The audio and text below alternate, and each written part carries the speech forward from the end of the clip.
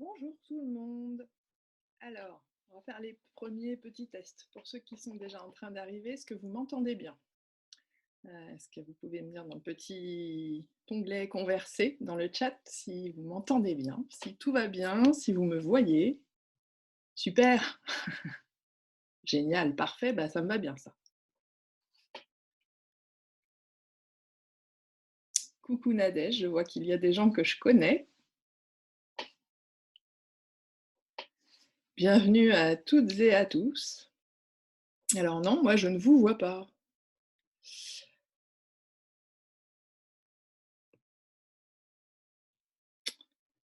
Je regarde, non, je vois vos noms, mais je ne vous vois pas. Je ne sais pas si vous voyez entre vous.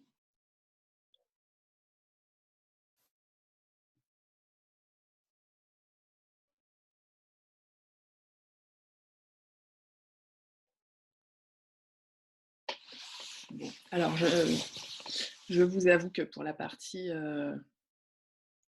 pour que les participants se voient entre eux, je ne sais pas trop comment ça fonctionne. Je ne suis pas la reine de la technique Zoom, mais, heu, mais déjà si vous m'entendez bien et que vous me voyez bien, je pense qu'on sera pas mal.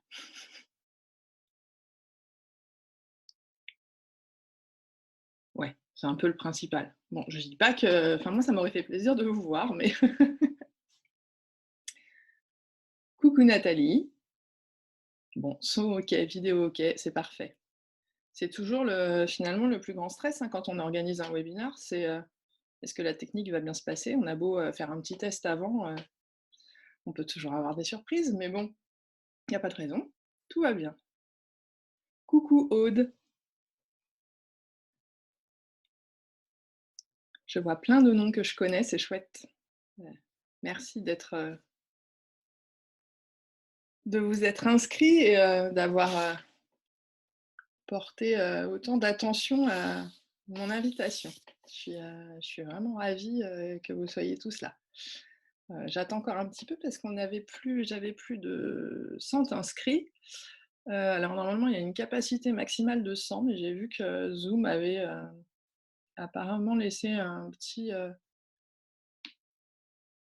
peu plus de gens s'inscrire, donc on va voir. Pour l'instant, on est 61. On va attendre 2-3 minutes, voir si des gens arrivent. Sachez que de toute façon, j'enregistre ce webinaire, comme ça si vous avez besoin de partir plus tôt ou si vous voulez à la fin le recommander, à des gens et ben vous pourrez le visionner, il sera mis en ligne. Je le mettrai en ligne sur YouTube et sur LinkedIn et sur mon site internet.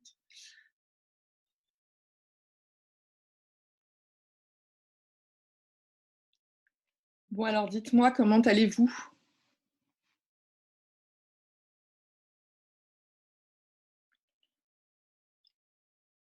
Est-ce que vous allez bien? Très bien, bah super. Moi je vais très bien. Ouais, on peut dire que je vais très bien. Je perds un peu la notion du temps. Ce matin, je croyais qu'on était lundi et puis finalement non, on était mardi. La semaine dernière, j'ai cru 3 jours dans la semaine qu'on était dimanche, donc tout va bien. Je suis un peu décalée avec ce confinement.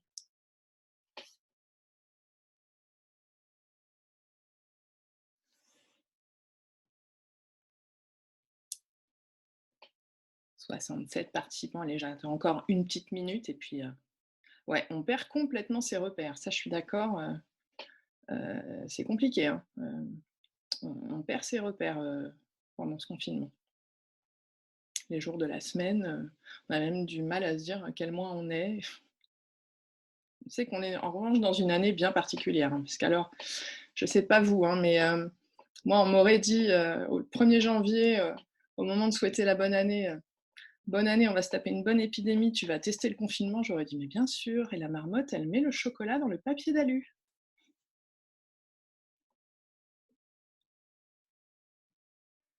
Certains jours moins faciles que d'autres, oui, je confirme aussi. Je confirme, tous les jours ne sont pas faciles, hein. Tu nous vois? Non, je ne vous vois pas. Je ne sais pas pourquoi je ne vous vois pas. Je vois vos noms. mais je ne vous vois pas.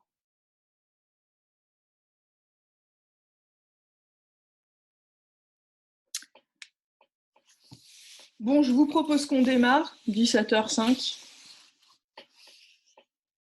Aude solidaire avec les parents, oui. Oui, oui.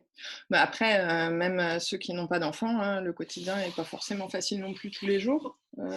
Mais c'est vrai que le quotidien de parents en télétravail, si on peut appeler ça du télétravail, parce que c'est pas vraiment du télétravail, hein, mais le quotidien confiné avec les enfants à la maison et l'école à la maison, c'est parfois compliqué.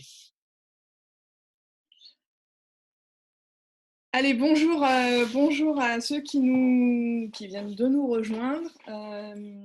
Rebonjour à tous. Je suis vraiment ravie que vous soyez là aujourd'hui, que vous ayez répondu présent aussi nombreux. Ça me touche beaucoup. J'avais envie de faire un webinar un peu positif. En fait, je trouve que actuellement, alors évidemment, si on regarde les chaînes d'infos, on a juste envie de se tirer une balle, concrètement. Je pense que les bonnes nouvelles, on n'en avait déjà pas forcément énormément avant. Mais alors là, depuis l'épidémie et le confinement, c'est même plus la peine. Et puis je trouve que sur les réseaux sociaux, alors il y a beaucoup de belles initiatives qui sont partagées, il y a plein de belles choses qui sont mises en avant, mais il y a quand même aussi quelque chose d'un peu anxiogène, un peu sombre, qui se dégage très souvent. Et je me suis dit, une petite pastille optimiste, ça pourrait faire du bien. Alors attention, optimiste, ça ne veut pas forcément dire bisounours, loin de là, c'est plutôt être optimiste réaliste. En tout cas, moi, c'est ma vision de l'optimisme et je suis une optimiste réaliste. Alors, je vais commencer, moi je suis curieuse, je vais commencer par vous poser quelques questions. D'abord, je voudrais savoir d'où vous m'écoutez en France, pour savoir un peu voilà, quelles régions sont représentées. Est-ce qu'on a beaucoup de grandes villes? Est-ce qu'on a de la province? Oh là là, ça va vite. Nancy, Pau, Bordeaux, Paris, Annecy, Grenoble, Nantes, Antibes, Plaisir, la Beauce, Châteauroux, la Belgique, Troyes, Boulogne, Le Havre, Saint-Brieuc, Le Mans, j'ai du mal à suivre, l'Essonne, le Lot, près de Cholet, Courbevoie, et c'est super, il y a toutes les régions qui sont présentées, l'Auvergne, génial, la Drôme, Antony, voilà. Et alors c'est cool, on est représenté au niveau national avec vous, c'est chouette. Et dites-moi, sur une échelle de 1 à 10, comment vous vous sentez aujourd'hui? 1 étant ça va pas du tout, 10 c'est je me sens super bien. Alors ça va super vite aussi.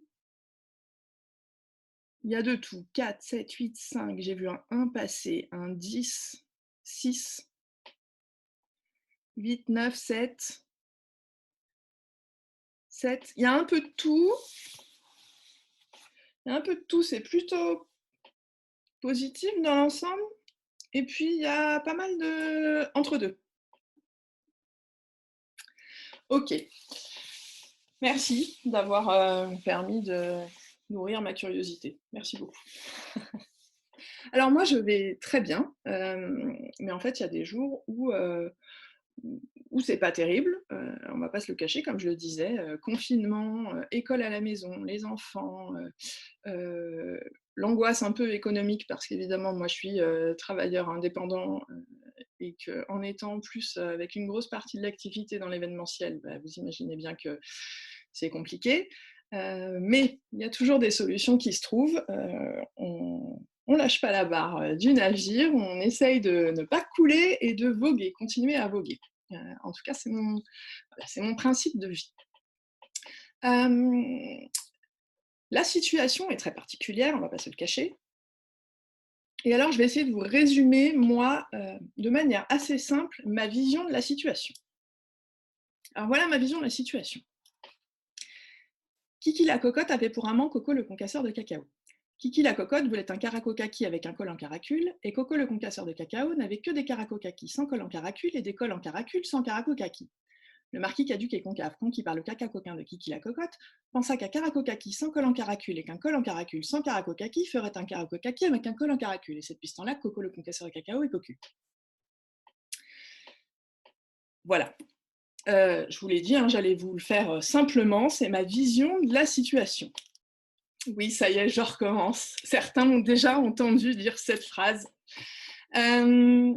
Pourquoi je vous dis que ceci est ma vision de la situation? C'est ma vision de la situation parce qu'à travers cette tirade, il y a 3 points, dont j'ai envie de vous parler aujourd'hui. Le sens, le temps et la façon de voir les choses. Quand je vous ai fait cette tirade, vous auriez pu vous dire: «Ça n'a aucun sens, ce qu'elle raconte». Vous vous êtes peut-être même dit: «Ça n'a vraiment aucun sens, ce qu'elle raconte». Certains, au contraire, se sont dit: «Ah, c'est pas mal», auront compris certaines choses de ce que j'aurais dit. Pour d'autres, ça aura totalement fait sens. Au niveau du temps, pour certains, ça aura paru très long et en même temps, tout aura été très vite. Moi, ma vision de la situation, ma vision des choses en vous balançant cette tirade, c'est un peu de vous dire: «OK, je me lance dans quelque chose de compliqué, est-ce que je vais réussir à aller au bout? Je vais avoir des embûches peut-être, il va pas falloir que je me plante, mais je suis capable, je pense, d'arriver au bout». C'est un peu donc les 3 sujets que je veux aborder avec vous aujourd'hui. Alors, je vais tenter un truc technique. Je vais faire un partage d'écran et vous allez me dire si ça fonctionne. Attention, suspense.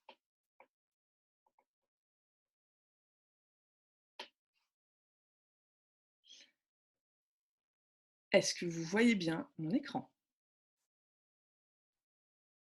Oui, super. Ah mais c'est génial, quand la technique fonctionne, c'est top. Alors, la première chose dont je voudrais parler, c'est du sens. Comme je vous l'ai dit, à travers la tirade que je viens de vous faire, on pourrait se poser des questions sur le sens de ma phrase, sur le sens de ce que je vous ai dit. Et bien finalement, dans notre quotidien, dans notre vie de tous les jours, c'est un peu la même chose. On va pas se mentir, en ce moment, quand on regarde la télé, quand on entend certaines personnes parler, on peut se dire que certaines décisions ont été prises sans aucun sens. N'hésitez pas, hein, dans les conversations voilà, à confirmer ou infirmer ce que je dis, à donner votre avis. Voilà, je suis preneuse de tous vos retours. Normalement, tout le monde peut voir ce que tout le monde dit. Donc voilà, on peut se dire que les décisions n'ont aucun sens. En entreprise, on peut avoir parfois le sentiment que des décisions sont prises avec un certain manque de sens. Concrètement, oui, je ne vais pas vous dire le contraire. Dans les entreprises, parfois, il y a des décisions qui sont de réel non-sens. Après, il faut aussi qu'on arrive à se dire qu'on n'a pas forcément tous les tenants et les aboutissants des décisions qui ont été prises. Et puis, parfois, dans des situations comme aujourd'hui, on peut se retrouver à se poser des questions sur le sens profond de nos vies. Heu, le sens de nos vies personnelles, de nos vies professionnelles, heu, de notre métier, de nos missions. J'ai beaucoup de gens qui me contactent et qui me disent, encore plus depuis ce confinement, qu'ils ont l'impression que ce qu'ils font n'a aucun sens. Parce qu'ils se sont retrouvés en télétravail, avoir beaucoup moins d'activité qu'avant. Ça a pu être dur à vivre. Et du coup, voilà, des vraies questions sur le sens profond de leur existence sont arrivées. En se questionnant comme ça, bah, on peut en arriver à remettre en question nos vies, remettre en question notre vie professionnelle, remettre en question notre activité, remettre en question aussi notre vie personnelle. Et puis, on peut en arriver à se remettre en question nous-mêmes et remettre en question nos compétences, nos capacités, nos connaissances, ce dont on est capable, et on peut arriver à douter de soi. Je vais vous raconter un peu des bouts de mon histoire. Certains qui me connaissent savent qu'elle est atypique et faite de plein de hauts et plein de bas, voilà, depuis l'enfance. Quand j'étais petite, j'étais plutôt très bonne élève. Il faut dire que j'avais un père ancien légionnaire qui ne rigolait pas avec l'école, et j'avais plutôt intérêt à être assidue à l'école et à bien bosser mes leçons. La chance, c'est que j'aimais l'école et que j'avais pas trop de difficultés. Donc j'étais plutôt très bonne à l'école. J'ai eu une scolarité voilà, plutôt agréable, sans grosses difficultés. Et puis, à un moment donné de ma vie, ça s'est compliqué parce que mon père a sombré dans l'alcoolisme et qu'à la maison, c'est devenu compliqué. C'est devenu compliqué et du coup, ça s'est ressenti. Ça s'est ressenti à l'école. Personne ne savait ce qui se passait chez moi. Personne ne savait ce que je vivais. Je faisais comme si de rien n'était. Je continuais, voilà, tant bien que mal à aller à l'école. Donc, pour vous donner une idée, en primaire, tout s'est très bien passé. Début du collège, aucun souci. J'ai toujours été dans les 3 premiers de la classe. Et puis, à la fin du collège, ça a commencé à chuter parce que c'est à ce moment-là que mon père a sombré dans l'alcoolisme. Je suis passée au lycée. Et là, en fait, pour moi, le lycée, ça a été l'indépendance, c'était le bonheur. On pouvait faire ce qu'on voulait, l'autonomie, en quelque sorte. Et alors, du coup, j'ai pris une grande décision, hein. C'était de ne plus aller en cours. Je n'allais plus en cours, pas parce que ça ne m'intéressait pas, mais parce qu'en fait, j'étais complètement perdue. J'étais complètement perdue. Je vivais une situation à la maison qui était très compliquée. À l'école, je n'osais en parler à personne et je me posais plein de questions. Donc, toute l'année de seconde, je ne suis pas allée en cours. Et à la fin de mon année de seconde, ça n'a pas loupé, conseil de classe, on m'a annoncé que j'allais redoubler ma seconde. Et là, quand on m'a annoncé que j'allais redoubler ma seconde, je me suis dit, non, c'est pas possible. Ça m'a fait un électrochoc. Je me suis dit, c'est pas possible. Pourquoi je vais redoubler ma seconde? J'ai toutes les capacités pour passer en première. J'étais fondamentalement convaincue d'avoir toutes les capacités pour passer en première. Je me suis quand même questionnée hein, sur moi-même. Enfin, voilà, je n'étais pas juste persuadée comme ça, tête baissée. Je me suis questionnée et je me suis dit que vraiment j'avais toutes les capacités pour passer en première. Le seul problème, c'est que je n'étais pas allée en cours. Mais j'avais suivi les cours, mais je n'allais pas au contrôle, donc forcément j'avais des zéros un peu partout. Je suis allée voir la proviseure de mon lycée en lui disant que je ne voulais pas redoubler ma seconde, que je voulais faire appel de la décision et que je voulais passer en première. Et à ce moment-là, quand je lui ai dit ça, elle m'a regardé droit dans les yeux d'un air très froid. Donc je rappelle, elle ne savait pas ce qui se passait chez moi. Et elle m'a balancé cette phrase terrible. Elle m'a dit, Mademoiselle Rossi, il ne faut pas se fixer des buts au-dessus de vos capacités. La douche froide. La phrase douloureuse. Vous m'entendez toujours bien? Oui, super. J'avais peur que ça bug. La phrase très douloureuse. Il ne faut pas se fixer des buts au-dessus de ses capacités. Une phrase qui aurait pu ruiner peut-être tout le reste de ma vie.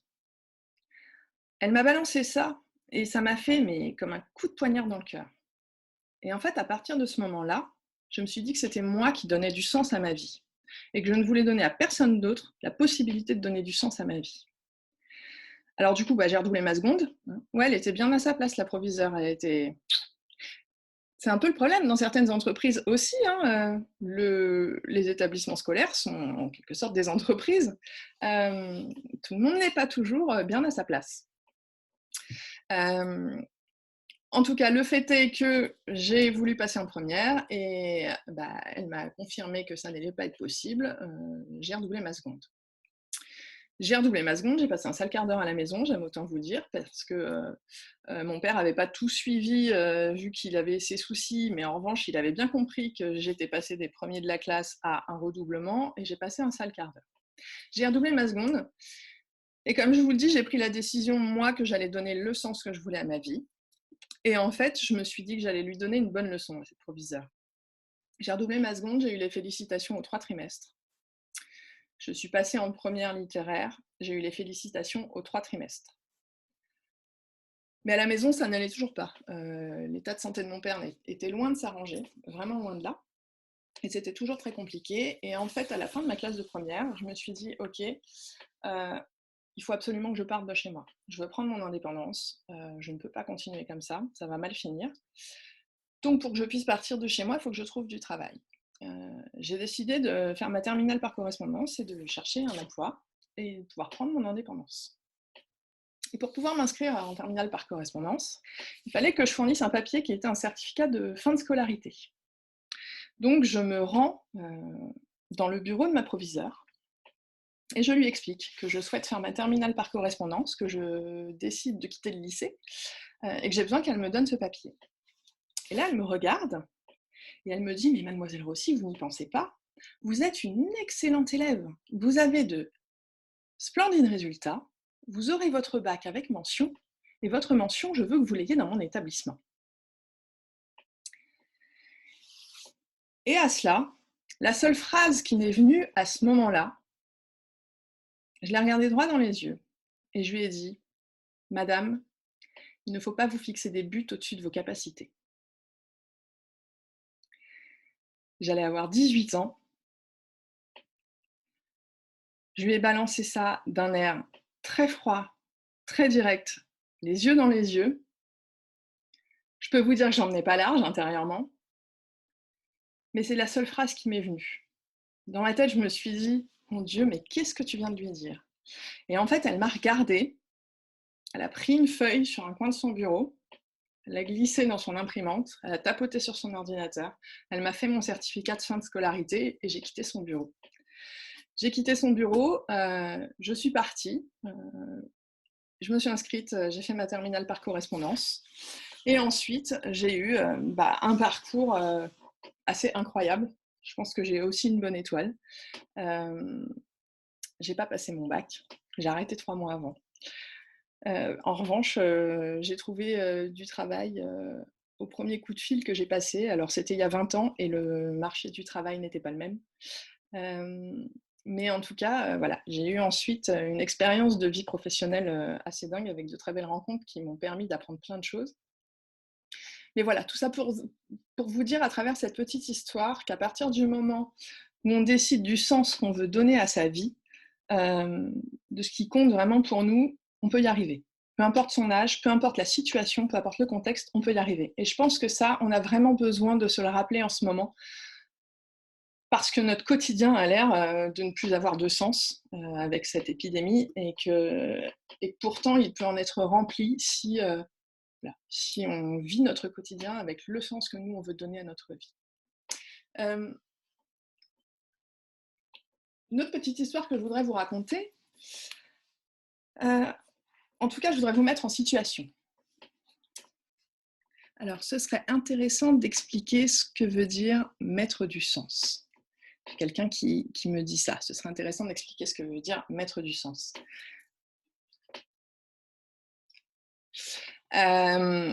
Mettre du sens, c'est faire en sorte que la vie que l'on vit, que l'existence que l'on vit, corresponde à nos aspirations, à ce qui nous plaît, à ce qui nous fait vibrer, qu'on se sente aligné avec la vie qu'on a. Pour moi, c'est vraiment ça, du sens. C'est que ça corresponde à nos émotions, à nos ressentis, à nos envies. Voilà, c'est vraiment un alignement pour moi, le sens. Donc, je voudrais vous faire une petite mise en situation, encore pour imager tout ça. Imaginez que vous êtes un banquier d'affaires. Vous êtes un banquier d'affaires.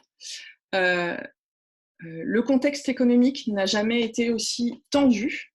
Alors, je pense qu'aujourd'hui, on est pas mal dans le genre contexte économique tordu. Donc, vous êtes un banquier d'affaires. Le contexte économique n'a jamais été aussi tendu. Vous êtes au bout du rouleau. Et puis, il y a quelque temps, vous avez commis une grosse erreur dans le cadre de vos fonctions et ça vous a fait perdre beaucoup d'argent, ça a fait perdre à l'entreprise dans laquelle vous travaillez beaucoup d'argent.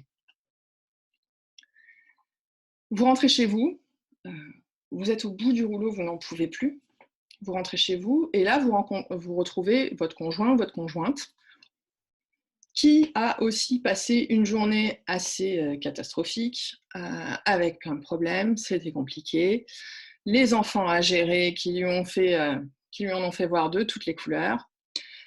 Il ou elle n'attend qu'une chose, que vous preniez le relais pour vous occuper des enfants et qu'ils puissent souffler un peu. Vous prenez le relais, et là, Vos enfants, visiblement, ont décidé de vous en faire baver encore plus. Donc, le grand ne veut pas prendre son bain. La petite a décidé d'imiter son grand frère et elle en rajoute une couche. Elle en rajoute une couche. Ouais, c'est du déjà vu, hein, mais d'accord. Elle en rajoute une couche. Vous n'en pouvez plus. Vous êtes au bord de l'explosion. Vous sentez que vous allez tout envoyer balader. Vous allez péter une durite. Et là, ça sonne à la porte. Ça sonne à la porte. Vous allez ouvrir et vous vous retrouvez nez à nez avec un petit monsieur, un vieux petit monsieur sympathique, hyper bien habillé, avec une mallette à la main, un grand sourire. Bonsoir monsieur, je peux vous aider? Ah non, non, non, monsieur. Le petit monsieur vous dit ça. Non, non, non, non, non, vous ne pouvez pas m'aider. Moi, en revanche, je suis là pour vous aider. Voilà, je sais que pour vous, c'est pas facile en ce moment. Je sais que vous avez des problèmes financiers, que c'est compliqué. Voilà, je vous propose 100 millions d'euros en échange de vos enfants. Vous le regardez comme ça, il vous dit, ne vous inquiétez pas, hein, j'ai toutes les garanties, hein, tous les garants possibles, vos enfants seront bien traités, on s'en occupera bien, et puis ne vous inquiétez pas, hein, vous aurez un droit de visite une fois par mois. Hein. Qu'est-ce que vous allez lui répondre à ce petit monsieur? Vous allez lui dire, merci monsieur, mais je n'ai pas besoin de vous. Vous allez le reconduire gentiment à la porte. Vous allez refermer la porte, parce qu'en fait, vous savez très bien ce qui est important pour vous. Vous n'avez pas besoin que quelqu'un vienne frapper à la porte pour vous montrer ce qui est important pour vous, pour qu'il vous montre ce qui vous donne du sens dans la vie. Donc voilà, l'idée c'est aussi de vous dire, à travers cette petite histoire, ouvrons nos yeux et notre esprit sur ce qui nous fait vibrer au quotidien, ce qui nous anime, quelle est notre vie, qu'est-ce qui nous donne du sens, qu'est-ce qui nous permet d'avancer, qu'est-ce qui fait battre notre cœur à l'intérieur de nous et nous donne envie de foncer, d'avancer encore plus. Ça, c'était pour la première partie de ce dont je voulais vous parler. Les larmes aux yeux, bah, c'est gentil, non mais ne pleurez pas. Hein. Le but, c'est vraiment pas de vous faire pleurer. Alors, je vous présente donc mon lycée, où, voilà, où s'est déroulée l'entrevue avec ma proviseure. C'est le vrai lycée de l'époque. Hein. Puis ça, donc, c'est le fameux banquier d'affaires dont nous venons de parler. Et ça, c'est ce dont je veux vous parler maintenant, le temps. Alors tout à l'heure, quand je vous ai fait ma tirade, je vous disais, on aurait pu se dire, waouh, elle est super longue la tirade. On a l'impression qu'elle ne va jamais s'arrêter. En même temps, on a pu se dire, waouh, ça va super vite, quoi. On a du mal à suivre, ça va trop vite. Une sorte de spirale infernale. Eh ben, en fait, notre quotidien, je ne sais pas vous, hein, mais j'ai l'impression que c'est un peu la même chose que cette tirade. C'est-à-dire qu'en cette période de confinement, moi personnellement, j'ai l'impression que le temps est long, que le temps est très long, qu'en une journée, il s'en passe 3, enfin, c'est compliqué. Et en même temps, j'ai l'impression de n'avoir le temps de rien. J'ai l'impression de courir tout le temps, de ne pas arriver à faire la moitié de ce que je voudrais faire. Et puis en même temps, si on regarde tous les messages qui nous sont envoyés à travers les réseaux sociaux, alors je ne sais pas si vous avez remarqué, hein, mais ça fleurit de partout. Profiter du confinement, il faudrait vraiment profiter du confinement pour lire tous les livres qu'on n'a pas eu le temps de lire, regarder toutes les séries Netflix qu'on n'a pas eu le temps de regarder avant, assister à des webinars. Assister à mon webinar, en tout cas, c'était une bonne idée. Assister à des webinars, faire du sport, fabriquer notre propre levain pour faire notre pain. Qu'est-ce qu'on nous dit encore? Il faut qu'on gère notre activité, il faut qu'on arrive à trouver des solutions quand on a des problèmes, quand on a des problèmes financiers, il faut qu'on arrive à trouver des techniques pour réussir à faire vivre notre activité, il faut qu'on puisse répondre aux sollicitations de tout le monde. Bref, ça n'arrête pas, c'est vraiment une spirale. Et en fait, c'est un peu comme si nous étions un ordinateur. Donc, je vous l'annonce de but en blanc, nous sommes des ordinateurs. Vous savez, on est cet ordinateur où quand on se met devant, on commence par ouvrir une fenêtre. Voilà, on ouvre la fenêtre. Et puis on veut en ouvrir une deuxième parce qu'on voudrait faire autre chose. une troisième, une quatrième, et puis après on se lance. On essaye d'ouvrir 2 applications en même temps, 3 applications en même temps. Et au début, la fenêtre qui s'ouvrait normalement, d'un coup, waouh, elle apparaît, elle est géniale. Et bah, au fur et à mesure qu'on essaye d'ouvrir des fenêtres et d'ouvrir des applications et d'en rajouter, on sent que l'ordinateur il commence à avoir du mal à ramer, c'est compliqué. On est là, alors du coup, comme ça ne veut pas s'ouvrir comme on veut, qu'est-ce qu'on fait? Ben, on insiste, on clique, on clique, on clique, on clique, on clique. On se dit au bout d'un moment, hein, ça va bien s'ouvrir. On continue, on persiste. Et puis d'un coup, le truc se bloque. Le truc se bloque et là, on se dit, oh, comment je vais faire? Alors on attend un peu, on se dit ça va repartir tout seul. Non, ça repart pas. Donc bah, du coup, qu'est-ce qui se passe? Ben, on est obligé de forcer l'arrêt. On force l'arrêt et on espère qu'une fois qu'on aura forcé l'arrêt, bah, que ça va réussir à redémarrer. Alors on est là, on croise les doigts, on serre les fesses même, on se dit, allez, ça va marcher, ça va marcher, ça va redémarrer. Et puis intérieurement, on a une espèce de pression. On se dit, ok, j'espère que ça va redémarrer, mais par contre, j'espère que je ne vais pas avoir une fenêtre genre mémoire saturée, dommage irréversible, erreur fatale, il y a un truc dans le genre. On en vient même à avoir une tension ultime en se disant, oh là là, j'espère qu'il ne va pas me demander si je veux formater mon disque. Ouais. Est-ce que l'ordinateur ne va pas me demander si je veux formater mon disque? Pourquoi je vous dis tout ça? Parce qu'en fait, si on avait pris le temps d'ouvrir les fenêtres de l'ordinateur les unes après les autres, très certainement que l'ordinateur aurait bien fonctionné. La plupart des ordinateurs fonctionnent bien. Bon, alors parfois, avec le temps, ils ont un peu de mal, mais ça, c'est normal. C'est pas de la vieillesse, c'est juste un peu de maturité, du vécu, des choses qui font que voilà, on a roulé notre bosse comme cet ordinateur. Oui, si on avait pris le temps, tout se serait bien passé. Pourquoi je vous dis ça? Parce que c'est un autre bout de mon histoire. Après avoir eu une enfance particulière un peu compliquée, une adolescence également un peu compliquée, après m'être lancée dans la vie active à l'âge de 18 ans, j'ai vécu 20 ans d'expérience en entreprise qui ont été plutôt formidables dans leur ensemble. Un métier passionnant, des super belles rencontres, j'ai appris plein de choses, j'ai vraiment pu m'épanouir.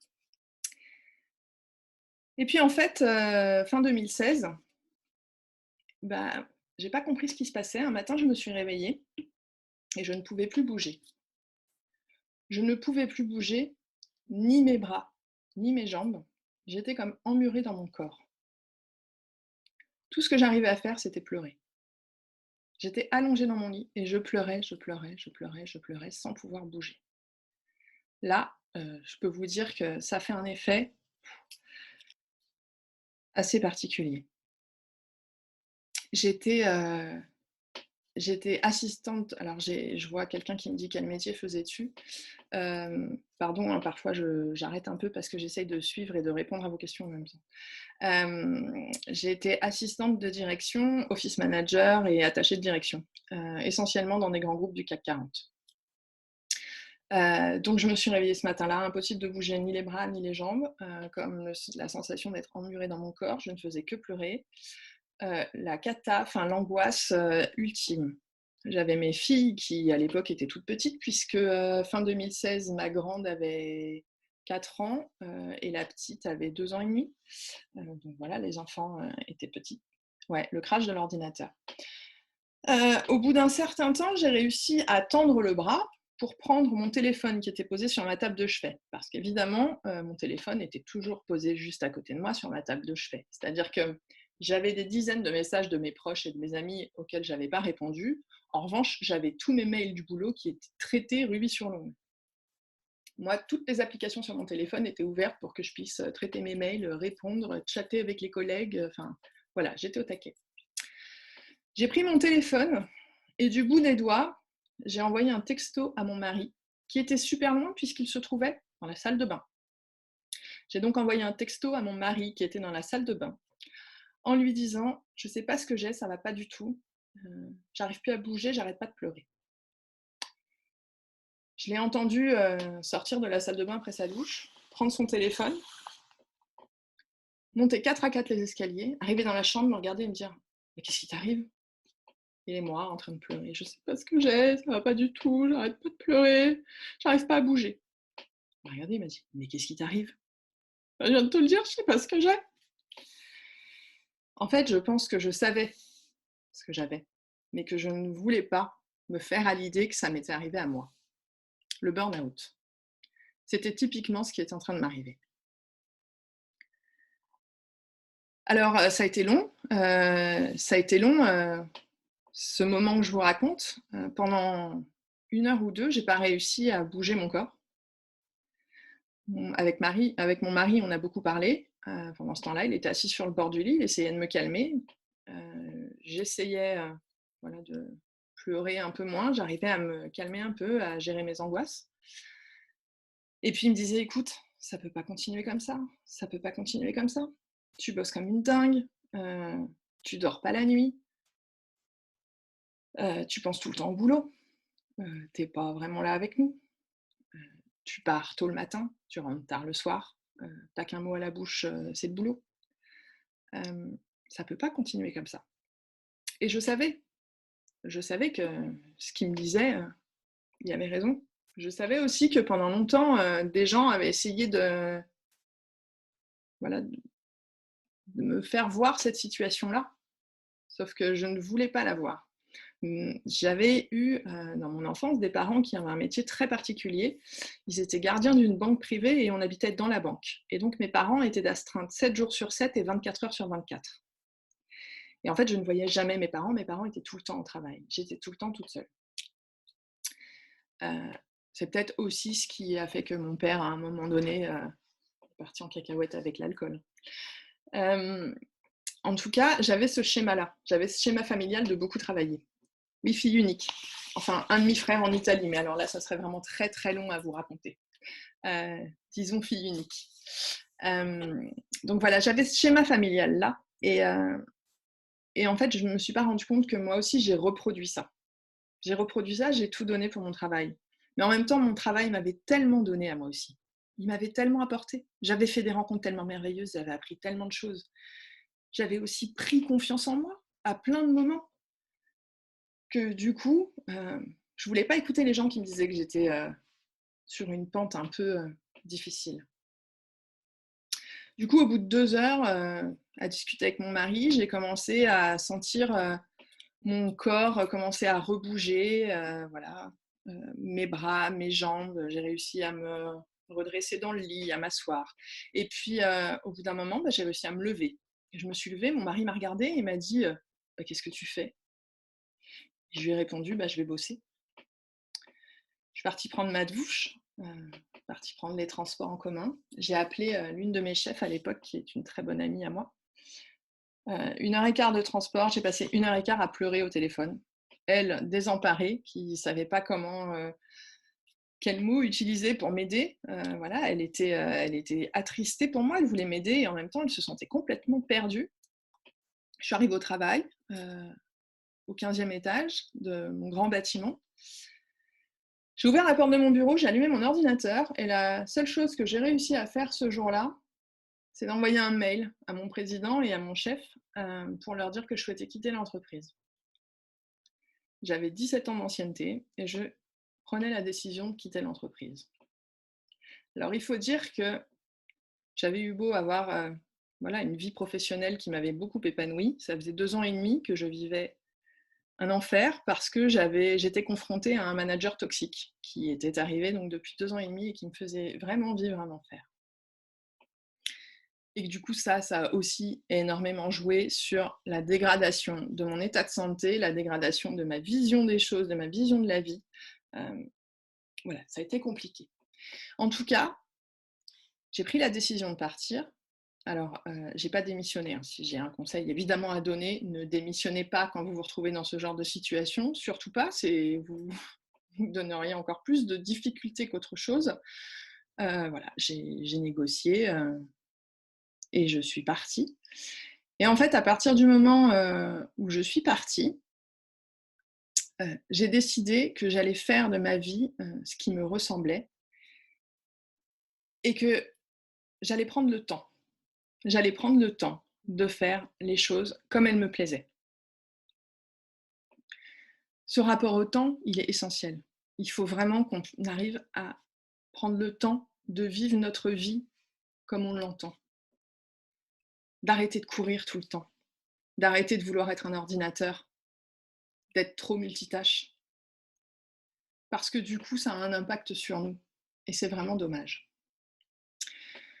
Pourquoi je vous raconte mon burn-out? Aussi parce que il a un lien avec une autre histoire que j'aime beaucoup. C'est l'histoire de 2 moines. Je vais vous mettre la petite histoire pour vous mettre dans l'ambiance. Alors voilà, là je viens de vous raconter le burn-out. C'est vraiment ça, hein. Et je vais raconter une petite histoire, c'est l'histoire de 2 moines. 2 moines qui marchent dans la forêt depuis plusieurs jours, pour se rendre dans leur monastère. Ils marchent dans la forêt, ils sont bien, tranquilles, et puis à un moment donné, ils s'apprêtent à traverser une rivière. Ils s'apprêtent à traverser cette rivière, et là, d'un coup, apparaît une superbe jeune femme. Et elle aussi veut traverser cette rivière, sauf qu'elle a peur de la traverser. Le courant est relativement fort, elle a peur d'être emportée par les vagues, et donc elle n'ose pas traverser. Et là, l'un des moines la regarde et lui propose de l'aider à traverser la rivière. Elle accepte, il la porte sur son dos, il traverse la rivière, et arrivé sur la rive, il la dépose. Elle le remercie, et elle s'en va. Et elle disparaît. Et là, le deuxième moine regarde celui qui venait d'aider la jeune femme à traverser la rive, et il lui dit « Mais tu te rends compte de ce que tu viens de faire? Mais c'est inadmissible! Nous n'avons pas le droit d'être en contact avec le corps féminin. Nous n'avons pas le droit de faire ça. C'est inadmissible ce que tu as fait. C'est intolérable. » Donc le moine le regarde comme ça. Ils continuent à marcher tous les deux pour arriver jusqu'à leur monastère. Ils marchent plusieurs heures, voilà, tranquillement dans la forêt. Et ils arrivent à leur monastère. Et avant de rentrer dans le monastère, le plus jeune des moines regarde l'autre et lui dit « Sache que je vais dire à notre supérieur que tu as eu un comportement absolument inadmissible et intolérable. » Alors le vieux moine le regarde et lui dit « Quel comportement inadmissible est-ce que j'ai eu? De quoi tu veux parler ?» Et le jeune lui dit « Tout à l'heure, quand tu as porté la femme pour traverser la rivière, tu te rends compte ?» Et le vieux moine le regarde et lui dit « Ah ça? Oui, effectivement, j'ai porté cette jeune femme sur mon dos pour l'aider à traverser la rivière. Et la différence entre toi et moi, c'est que moi, je l'ai déposée sur la rive, alors que toi, tu la portes encore comme un fardeau. » Cette histoire retrace exactement ce qui s'est passé pendant les mois qui ont précédé mon burn-out. Plein de choses n'allaient pas, mais plutôt que de voir tout ce qui pouvait aller et comment je pouvais m'en sortir, je portais sur mon dos comme un fardeau tout ce qui n'allait pas. Et je m'enfonçais, je m'enfonçais, je m'enfonçais.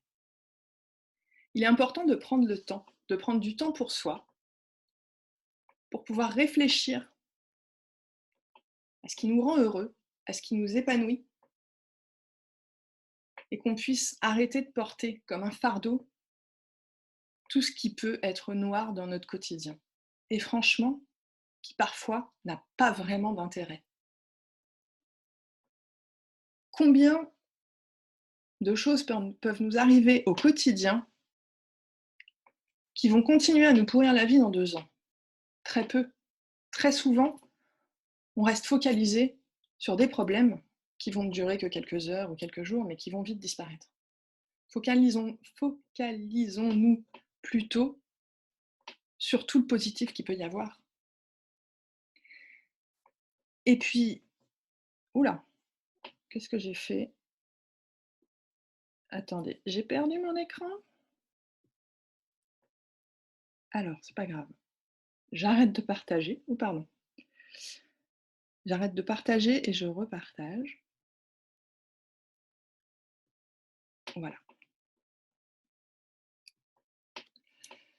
Ça m'amène donc à la troisième chose à laquelle je voulais venir ce soir, c'est à notre façon de voir les choses. Nous avons très souvent une façon de voir les choses qui va influer sur notre quotidien. Alors attendez, j'ai perdu la fenêtre de conversation. Ah, je vais y arriver, hein, la technique. Voilà. Quelle est la définition du manager toxique? Pardon, je reviens un peu sur une question qui a été posée. Un manager toxique, un manager qui... alors, il y a plein... Il peut y avoir différents types de toxicité, hein. En tout cas, moi, le mien, il était constamment sur mon dos, tout le temps, tout le temps, tout le temps. Mais quand je vous dis constamment, c'est-à-dire qu'il m'envoyait un mail, il cliquait sur envoyer, il sortait de son bureau, je l'entendais sortir de son bureau qui était collé au mien, il ouvrait la porte du mien sans frapper pour me dire: vous avez reçu mon mail, vous avez vu mon mail. C'était toute la journée comme ça. Dès que je quittais mon bureau, il m'appelait toutes les 5 minutes: vous êtes où, vous êtes où, vous êtes où. Il avait toujours une question à me poser. C'était infernal, il ne prenait absolument pas ses responsabilités, il ne prenait aucune décision, c'est-à-dire qu'il ne portait pas, il ne portait pas ses équipes en réunion de direction. S'il fallait qu'il enterre quelqu'un de son équipe pour lui se sortir de l'ornière, il n'allait pas hésiter une seconde. Et moi, en fait, j'étais le tampon. J'étais le tampon parce que j'étais son assistante et qu'en même temps, je travaillais avec les autres collaborateurs et j'étais constamment le tampon. J'étais un peu le punching ball. C'était très compliqué. Donc voilà, mon manager toxique, c'était ça. Notre façon de voir les choses, donc, va influer sur notre quotidien. On se projette, je pense, comme tout un chacun, hein, on se projette forcément face à l'avenir, même si on vit le moment présent. On se projette dans l'avenir et on réfléchit. Et parfois, en pensant au lendemain, on a peur. On a peur, ou on peut avoir des angoisses. Et en fait, ça peut faire le même effet que si on vous poussait dans une piscine et que vous ne savez pas bien nager. On va avoir 3 réflexes différents. Soit on va gesticuler dans tous les sens, on va s'exciter parce qu'on va être pris de panique et qu'on va vouloir en sortir. Et plus on va s'exciter, plus on va être pris de panique, plus on va boire la tasse et plus on a des risques de couler et de toucher le fond. On peut avoir le deuxième réflexe qui va être de se résigner tout de suite, à se dire de toute façon, je ne sais pas nager, donc je vais couler, et on se laisse couler, toucher le fond. Et puis, il y a un troisième réflexe, une troisième façon de voir les choses. On peut se dire que oui, on a été poussé dans l'eau, qu'on ne sait pas bien nager, mais on peut sentir que nos pieds touchent le fond et on peut prendre l'impulsion pour remonter à la surface et se remettre hors de l'eau et toucher le bord et finalement sortir de la piscine. Bondir hors de l'eau. On a les ressources pour rebondir. On a les ressources pour ressortir. Tout va dépendre de la façon dont on va voir les choses. Gandhi, dans les années 40, Gandhi était un maître spirituel voilà, qui devenait de plus en plus important en Inde, et les gens se pressaient des 4 coins de l'Inde pour venir le voir et lui demander ses conseils.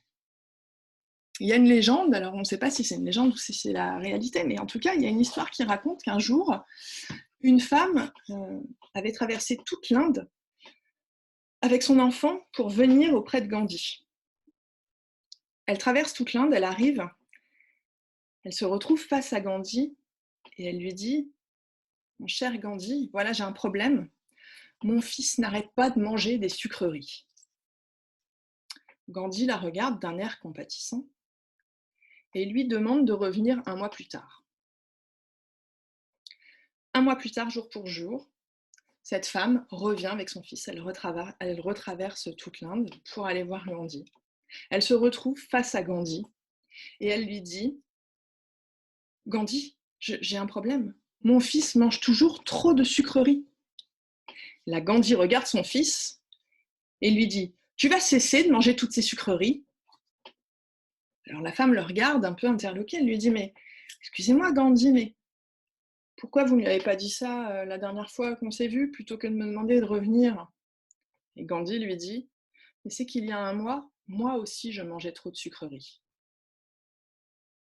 Et oui, nous avons tous les ressources pour rebondir, nous avons tous les ressources pour avancer, mais c'est à nous d'être le changement que nous voulons voir dans le monde. Et c'est lui-même qui disait ça: «Soyez le changement que vous voulez voir dans le monde».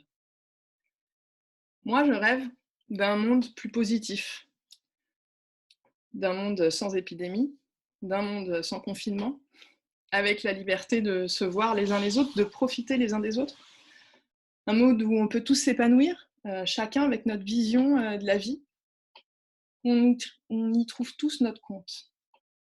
Et pour ça, il faut qu'on puise dans nos ressources et il faut qu'on arrive à visualiser les choses positivement.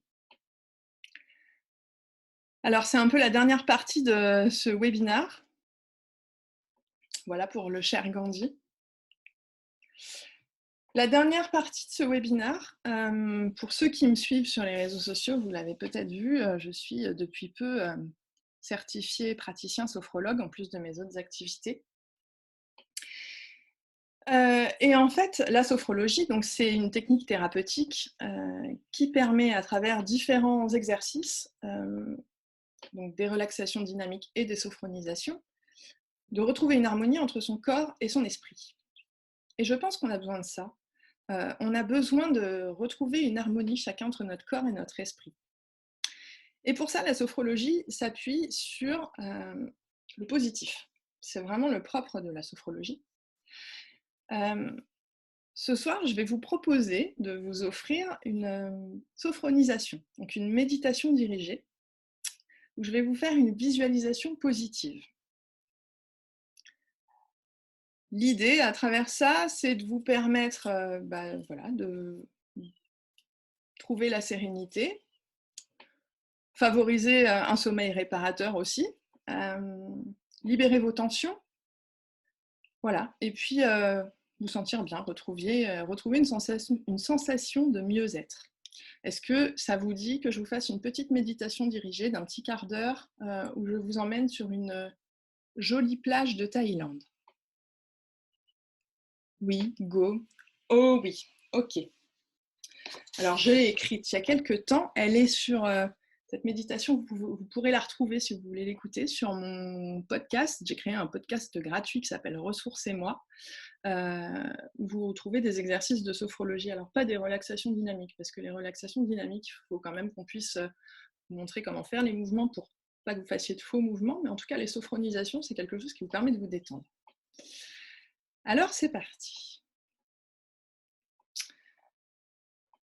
La sophronisation que je vous propose aujourd'hui, appelée sophronisation de base viventielle, va vous transporter en Thaïlande. À l'aube, sur une petite plage de rêve, je vous invite à une promenade tranquille. Cet exercice, véritable invitation au voyage, va vous permettre de favoriser votre détente, de trouver l'apaisement et vous aider à évacuer les tensions. Grâce à cet exercice, vous pourrez également constater l'impact de la pensée et de la visualisation positive. Afin de profiter pleinement de ce moment, je vous invite à vous installer confortablement, dans un lieu calme.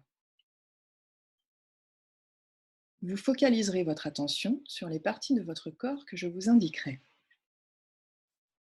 Prenez ce moment pour vous, avec bienveillance et sans jugement. Laissez maintenant votre mental se détendre et se relaxer. Laissez-vous à présent guider par ma voix. Prenez le temps de vous installer confortablement. Laissez vos muscles se relâcher. N'hésitez pas, au cours de la séance, à modifier légèrement votre position si cela vous semble nécessaire. À présent, fermez les yeux et mettez-vous à l'écoute de vos ressentis, de vos sensations, de vos émotions. Quand vous vous sentirez prêt, mettez-vous à l'écoute de votre respiration. Vous sentez l'air entrer dans vos narines, lentement, délicatement. L'air envahit au fur et à mesure votre corps. Vous percevez le réconfort de l'air qui circule. Laissez cet air faire son chemin intérieur pour vous régénérer en profondeur. Laissez votre corps se relâcher, se détendre dans son ensemble. Inspirez profondément par le nez, en gonflant d'abord votre poitrine, puis votre ventre. Ressentez l'air qui remplit vos poumons et gonfle votre ventre. Expirez doucement par la bouche, lentement, en laissant redescendre votre ventre, puis votre poitrine. Reprenez une respiration naturelle. Prenez pleinement conscience de votre corps, libéré, détendu, sans tension. Sentez votre corps qui se relâche encore un peu plus et ce calme qui s'installe en vous. Pour approfondir cette sensation d'apaisement, imaginez une magnifique plage de sable blanc sur une sublime île thaïlandaise. Cette brise légère et agréable, avec douceur, caresse votre visage apaisé. La douce lumière du soleil caresse votre cuir chevelu, votre front, vos paupières. Sentez votre front délicatement rafraîchi par la brise, relâché. Vous ressentez combien vos paupières sont légères, totalement décontractées. Vos tempes sont détendues, libérées de toute tension. Imaginez vos pommettes, lisses comme la mer infinie qui vous entoure. Vos pensées glissent sur ce visage apaisé. L'air délicat imprègne doucement tout votre corps à chaque inhalation. Sentez la douceur du souffle que vous exhalez à chaque respiration. Relâchez vos joues, desserrez votre mâchoire et ouvrez légèrement la bouche. Laissez votre langue se poser naturellement sur votre palais. Sentez votre gorge se relâcher, déglutir librement. Prenez à présent conscience de votre visage détendu, pleinement relâché. Laissez à présent les rayons du soleil descendre lentement le long de votre corps et l'air léger vous entourer d'une douceur voluptueuse et réconfortante. L'air caresse votre nuque, glisse sur vos épaules. Vous êtes bien. Il caresse vos bras, vos coudes, vos avant-bras, vos poignets, vos mains, jusqu'au bout de vos doigts. Prenez désormais conscience de la détente qui a envahi toute la partie supérieure de votre corps. Portez désormais votre attention à votre dos. Imaginez-le qui, petit à petit, à chaque respiration, se détend. Vos omoplates, vos muscles dorsaux, vos muscles lombaires sont pleinement détendus. Votre colonne vertébrale est sans tension. Vos muscles sont relâchés. Prenez maintenant conscience que votre dos est pleinement détendu, relâché, libéré de ses tensions. Percevez les battements calmes et réguliers de votre cœur apaisé dans votre poitrine. Ressentez le calme qui vous envahit comme il a envahi cette sublime plage silencieuse où vous vous trouvez. Reprenez contact avec votre rythme naturel intérieur. Imaginez votre diaphragme en mouvement à chacune de vos respirations. Ressentez la tranquillité de votre respiration, votre diaphragme assoupli. Les rayons du soleil, mêlés à la brise si agréable, glissent à présent doucement le long de votre ventre. Votre ventre qui se soulève doucement, lentement, à chaque respiration. Des respirations légères comme l'air délicat qui vous entoure. Percevez le calme qui s'installe dans votre ventre, désormais totalement relâché. Relâchez vos hanches, votre bassin. Prenez conscience à présent que votre buste est pleinement relâché, totalement détendu, libéré des tensions. Sentez l'air tiédi qui descend le long de vos cuisses, de vos genoux, de vos jambes, de vos mollets, de vos chevilles, tel un doux nuage cotonneux. Ressentez chaque muscle se détendre jusqu'à totalement relâcher l'ensemble de vos membres inférieurs, jusqu'au bout de vos pieds, de vos orteils. Prenez conscience maintenant que l'ensemble de vos membres inférieurs est pleinement relâché, détendu, apaisé, libéré. Maintenant, prenez conscience que l'ensemble de votre corps est détendu et relâché. Agréablement maintenant, faites une pause pour suspendre ce moment un instant. Prenez le temps nécessaire pour comprendre ces ressentis de relâchement, de détente, de liberté. Imaginez-vous à présent à Koh Phi Phi, cette petite île sublime de l'ouest de la Thaïlande. Vous êtes dans cet écrin bleuté, sur la plage. C'est l'aube. Le soleil est déjà là pour illuminer ce paysage sublime. La température est parfaite, juste comme vous l'aimez. La brise accompagne avec légèreté votre corps en mouvement. Vous profitez de ce paysage merveilleux et apaisant.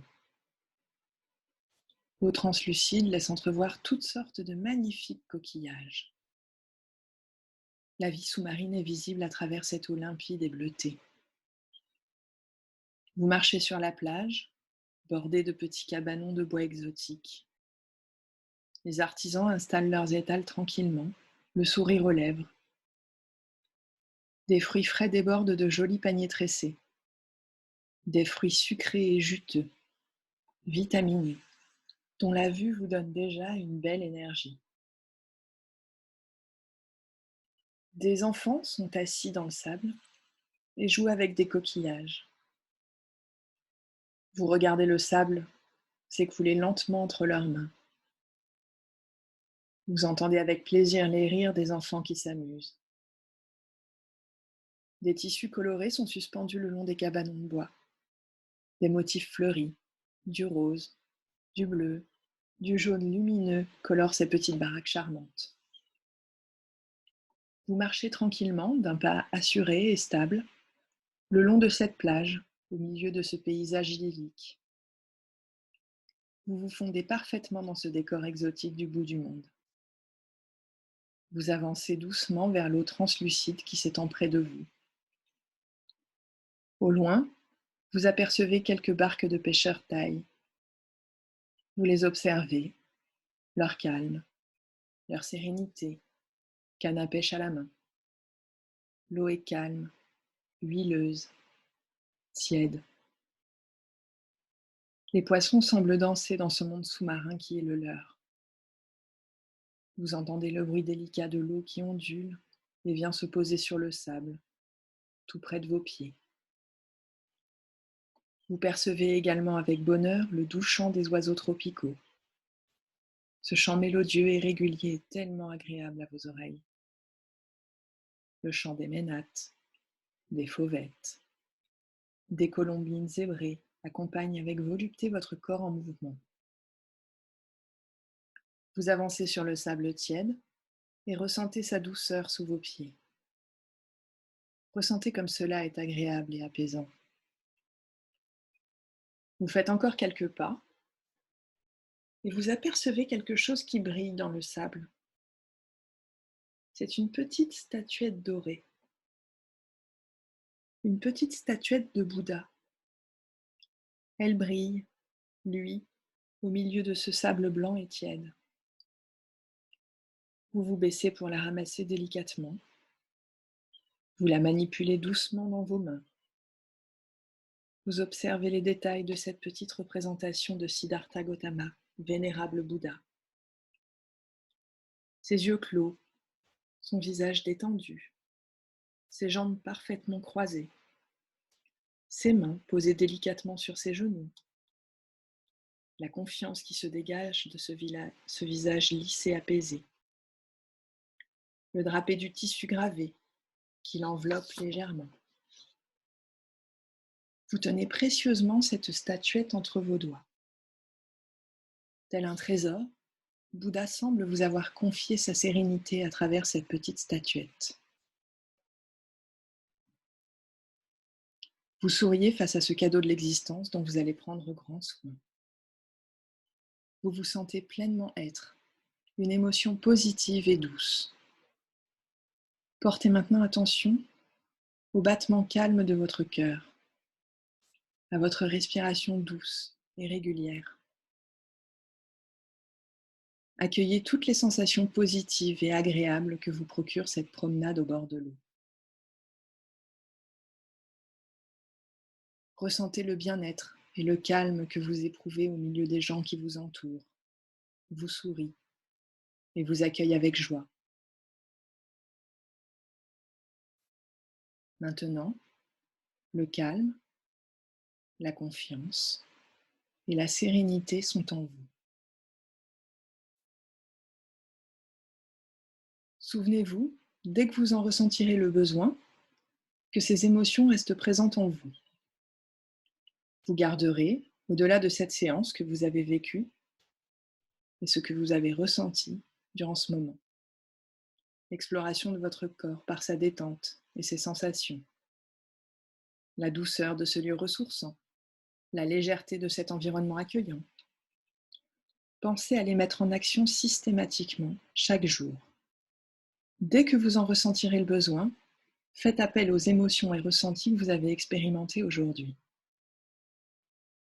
Reprenez maintenant lentement contact avec chaque partie de votre corps. Sentez vos pieds, vos talons, vos mollets, vos jambes, vos cuisses et votre bassin, votre ventre, puis votre dos, votre nuque et l'arrière de votre tête. Prenez une profonde respiration et imaginez le lieu dans lequel vous êtes installé, dans cette pièce, dans ce fauteuil. Prenez conscience de la vie autour de vous. Inhalez profondément et ressentez la stimulation associée. Exhalez fortement l'air. Mobilisez l'ensemble de votre corps. Bougez légèrement vos pieds, vos mains. N'hésitez pas à vous étirer. Bâillez si vous le souhaitez. Et au meilleur moment pour vous, vous pourrez ouvrir les yeux.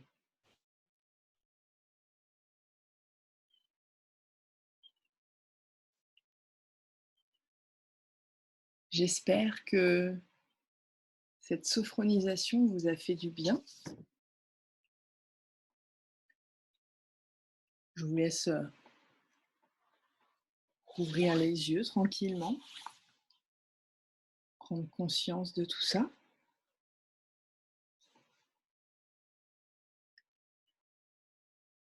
Bon, vous n'êtes pas en Thaïlande, puisque je vous l'ai demandé avant qu'on démarre. C'était pas pour rien si je vous avais demandé où vous vous trouviez. C'était juste pour m'assurer que personne n'était en Thaïlande. Alors, le retour à la réalité, peut-être parfois un peu difficile, mais souvenez-vous de ce que je vous ai dit. N'hésitez pas, chaque jour, à vous replonger là-dedans.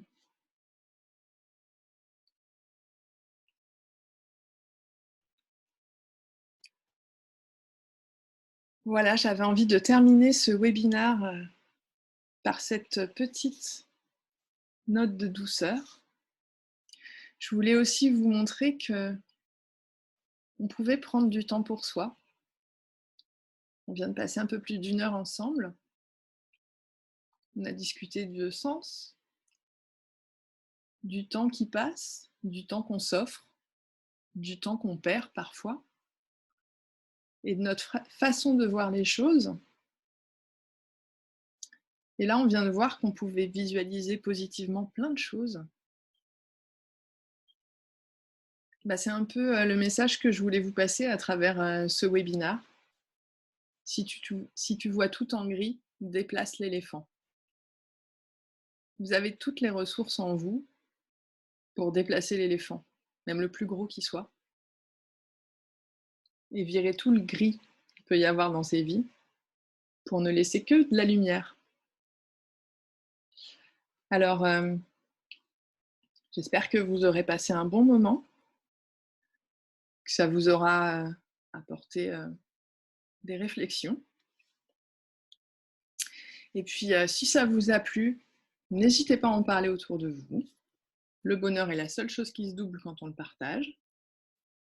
Ça fera évidemment mon bonheur de savoir que ça vous a plu, de savoir que vous en parlez autour de vous. Ce webinaire, il est un peu à l'image des conférences que je donne habituellement en entreprise. Ce n'est pas des conférences classiques. J'aime mêler plein de choses, du réel, vous raconter des morceaux de ma vie, les coupler avec voilà, des histoires, des contes, des légendes, et puis vous inviter à vivre des moments pour vous. Si vous avez des questions, si vous avez envie qu'on continue à discuter, n'hésitez pas à me contacter sur mon mail. Je vous ai mis mon site internet, vous pouvez retrouver dessus mon podcast, Ressourcez-moi, qui est aussi dispo sur iTunes, Spotify, SoundCloud et compagnie. Voilà, j'espère que vous avez passé un bon moment, que cette fin de journée sera agréable. Et puis, donnez-moi des nouvelles, ça me fera vraiment plaisir. Écrivez-moi sur LinkedIn ou par mail pour me dire comment vous allez, ce que ce moment passé ensemble aura pu vous apporter en termes de réflexion, ce que ça aura pu changer dans votre quotidien dans les jours à venir. Voilà, et puis je vous dis à très bientôt. Merci beaucoup d'avoir été là, ça m'a fait très plaisir. Et puis je vous souhaite plein de bonnes choses pour la suite. À bientôt tout le monde. Et puis le replay sera disponible dès demain, voilà, sur YouTube et puis sur LinkedIn. Comme ça, si vous voulez repartir un peu en voyage, vous pourrez le réécouter. Et si vous voulez réentendre ces petites histoires, voilà. Bonne soirée à tout le monde et à bientôt.